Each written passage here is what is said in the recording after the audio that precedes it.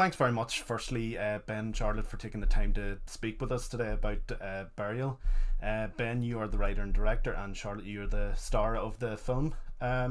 So, first of all, it's a question just for yourself, Ben. What I really found interesting about the film was just the premise itself. I'm a big history buff myself, and I'm just kind of fascinated as to what attracted you to the main premise of these group of soldiers, transporting Hitler's body back to Moscow. A number of things. The idea itself, of the fact that the NKVD tried to keep it secret that Hitler had been found dead. That's something that was interesting when I read it and thought, oh, not many people know about that story, but mainly because it was suppressed by the Russians at the time. So there's not much written about it. So I thought that was interesting. It could be an appealing idea for a wider audience as well. And then beyond that, the notion that they buried it and then dug it back up again. That, they just on the outskirts of Berlin, they buried everything underneath the ground so that nobody would find it. That to me just like jumps in my brain as a visual that's too good to miss. And then the idea of them transporting the remains across land because they couldn't fly it. All these things are sort of based on the kernel of truth that they were worried about anybody discovering that they'd found the remains, even their own generals in Russia, who went on to be quite sort of powerful after the end of the war. Nobody could find out about it. Let's do this as hush hush as possible. I thought that's just like a built-in idea for a nice film. Exactly, like I said, it was a very fascinating premise. And suppose to yourself, Charlotte, usually with these kinds of sort of, for lack of a better term, men on a mission films, they're very male centric sort of casts. So how refreshing did it feel for you to sort of take the leading role as a female character? It was so exciting. I'd never received any scripts or even any self tapes or auditions for any projects like this or to play any parts like this. I don't think I'd really seen any films like it either, where we had kind of a female lead leading a group of men like that. And then the fact that it was inspired by real women who fought in the war, and I had no idea about that. And felt so ignorant about it. But we studied that at school, that part of history, and nobody ever taught us the part of these 800,000 women who took part in the Soviet army. So I jumped on the chance to be able to tell that story, those women's stories, even though it's not about the fact that women fought in the war. There is that element to it, which I wanted to explore. And then just getting to boss a load of guys around. Exactly. Yeah, funny. I didn't know much myself prior to the film about women's involvement in the war. I think there was a book somebody recommended to me called "Avenging Angels" about female Soviet snipers, and it was really fascinating. So when seeing the premise of this film, I just thought, no, this is something I really have to see. Just to expand upon that. So I suppose again, back to yourself, Ben. With your previous film, The Chamber, it was somewhat of a claustrophobic affair. How do you feel this film differed from that there, and what kind of challenges did it present to you? Well, it's the opposite of claustrophobia. We're out in the wilderness, which was appealing. I spent so many years stuck in a submarine for my first film. Thought, I'm going to be somewhere nice and beautiful and out in the open, and that's the way I went with this story. But in many ways, it's a script by me, so it speaks to characters who come up against brick wall in their ideology. In many ways, they believe in something and then they're tested on their beliefs, and that's very similar to my first film. What happens when people are presented with this wall of like, you can't carry on thinking this way, you have to think another way. So they're the similarities, and I think that characters thrown into conflict of, oh God, what do I do now? What tests me? What challenges me? That's always fun to watch on screen. Charlotte's character is, a woman surrounded by horrible men. She's also Jewish, and she has to sort of protect the remains of Hitler, which is inbuilt conflict there.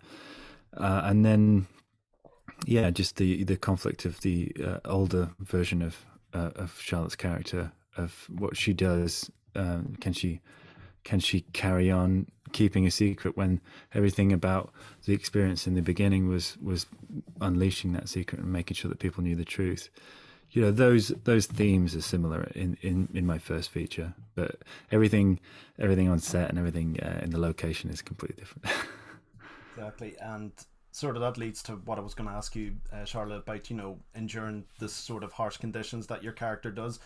What kind of sort of physical preparation did you have to undergo to take on this role?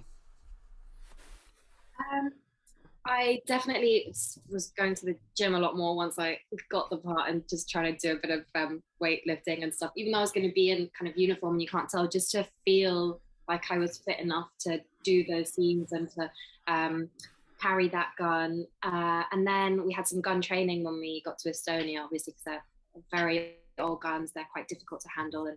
And we had someone on set who was there to make sure that we were holding the guns properly, that we were shooting in the right way, so that everything looked very believable and that it looked like we were very familiar with our weapons. And then just having to carry the gun around was weight training in itself. Very good. And sort of back to yourself, Ben, this is, for lack of a better word, an alternative history film. Usually with these kinds of films, they're very sort of outlandish and over the top. But what I found refreshing about this film is that it was very grounded and sort of somber in its tone. Did you ever have any inclinations yourself, even in the development process, to sort of lean into more over the top elements, or was it always in your mind to keep it very sort of straight in the way you portray the event? I think it was a big thing pressing in my mind. I love the chance to sort of dive further into the genre elements of the story. I kind of painted myself into a corner because, like you said, for lack of a better word, it is an alternative history, and I felt kind of uneasy about pushing it too far. If you're twisting the truth a little bit on, we don't have the facts of this, and this is an alternative story about taking Hitler's remains out of Berlin and what happened there and told for entertainment.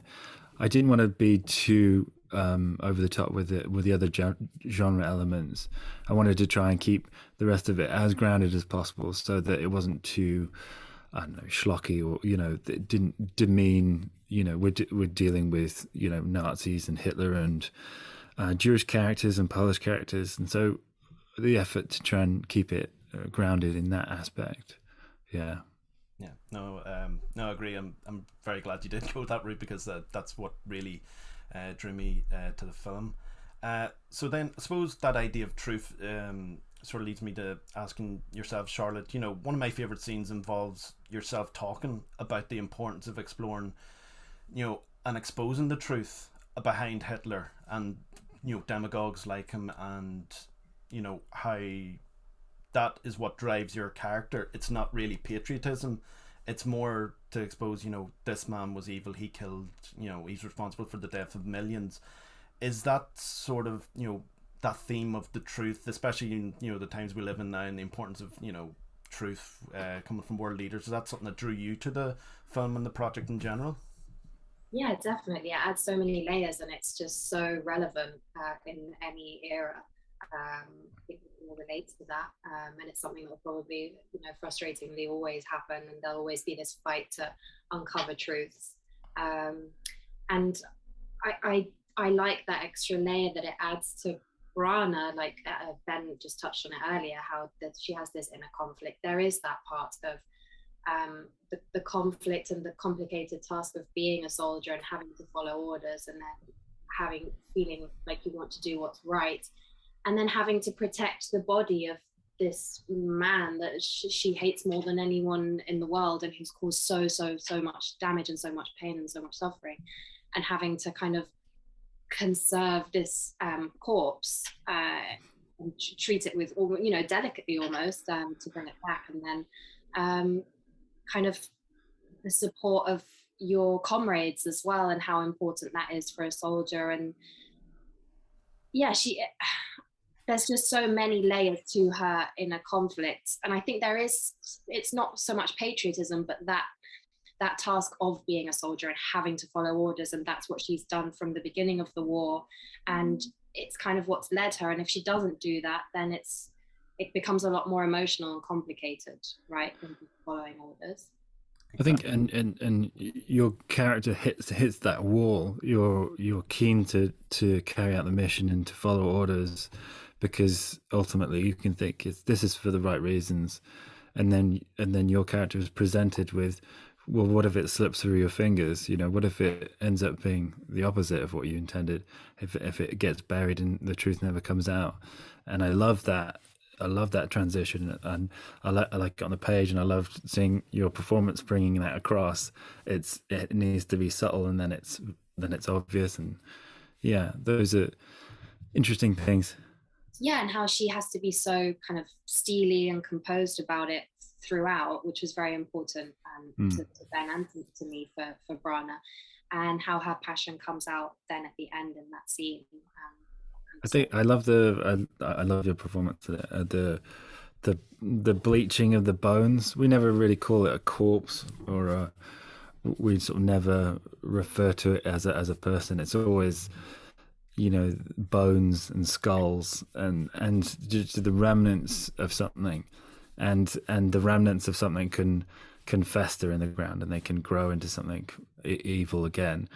And so when she says, I want to bleach the bones, was such a sort of perfect way of saying, I need this to be saturated in the sun. I need it to be out in the open, and I need it to be bleached of any potential to grow back.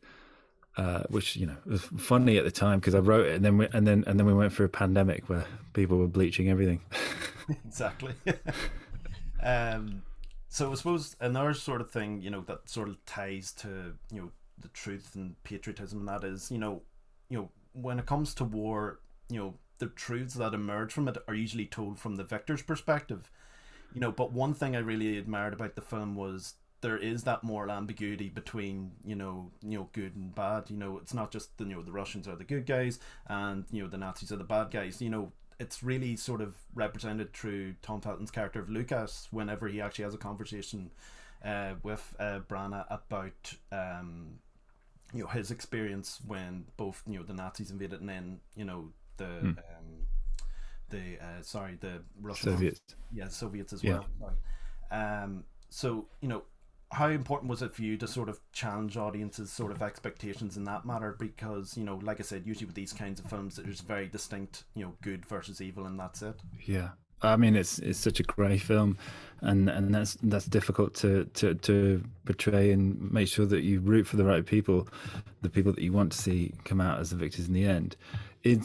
I never wanted to say, you know, there's an official facts of history and not encourage people to say, oh, well, let's throw away the facts and think something else.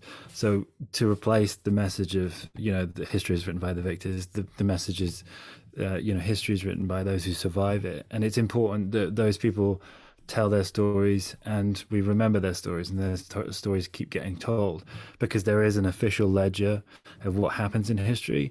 But when we stop listening to the people who go through it, then you start to lose a little bit of the nuance of what really happened. You can say, we won the war, they lost the war, but until you talk to the people who survived it, you don't really get the full picture. And so that's what I wanted to come across in the dialogue of Harriet especially, and dialogue between Charlotte and Tom's character. You know, there's things that you don't want to say, there's secrets that you want, you know, Tom's character is like, I don't want to talk about my personal history, but it's important at some point that he does convey it so that people know, you know. Exactly. And the characters are flawed in a way, and that's what makes them much more relatable and interesting. And they've all seen things that they wish they hadn't, and probably done things they hadn't, because that's war and being a soldier. Exactly. That's another thing that just really drew me into the film. You know, just enhanced the experience of watching it for me. I suppose just one last question, just for yourself, Charlotte. You know, in the film, you know, Harriet Walter plays the older version of yourself. Did you ever have any sort of conversations with her about how, you know, you should both portray the character, or did you both sort of just stick to what was on the page for you? Yeah, we didn't actually. Looking back now, it might have been a good idea, but actually, it kind of all went through Ben, and I think probably Harriet had her conversations with Ben, and I had mine, because they kind of are two different people in a way, because so much has happened since in between the two characters, the two versions. That's my fault. I'm the puppet master then. Yeah, but that was I made sure that I relayed that to both of them, that they were, as much as possible, two separate people connected by the fact that they're the same character, but that I didn't want you to instantly recognize Harriet as being Branagh in those sequences, but by the time you get to the end of the film and you've gone through this journey with Charlotte's character, then you suddenly see Harriet's character in a different light, which is a nice sort of reveal. You like go, oh, that's what she went through, and now I can look at her in a different light. But Harriet was looking at Charlotte's performances in dailies, and just for little notes to say, because Charlotte was doing the heavy lifting of like a 5-week shoot, and Harriet was doing a couple of days, and it was important to her to say, okay, well, I'll maybe touch on a couple of elements there that Charlotte's doing, just so there's enough of a thread through.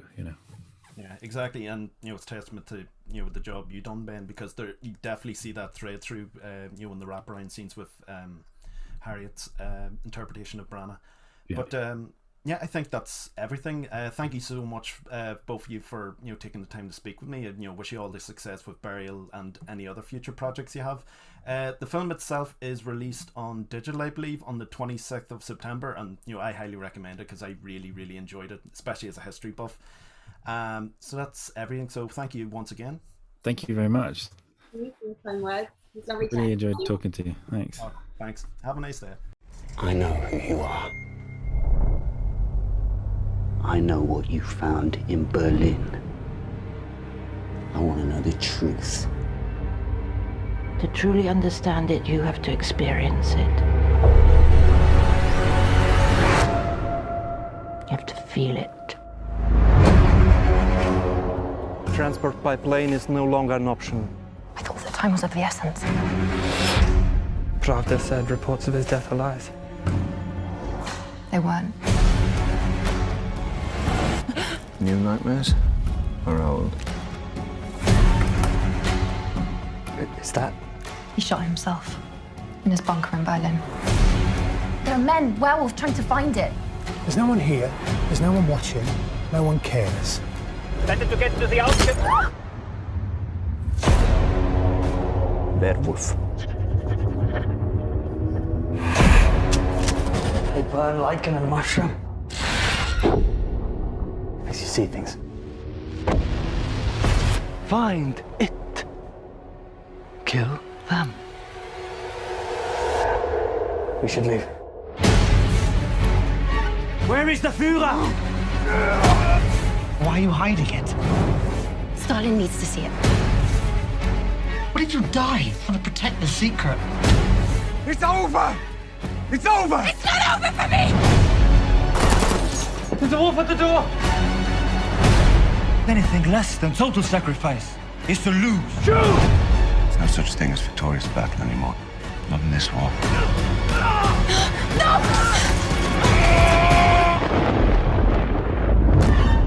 History isn't written by the victors. It's remembered by those that survive it.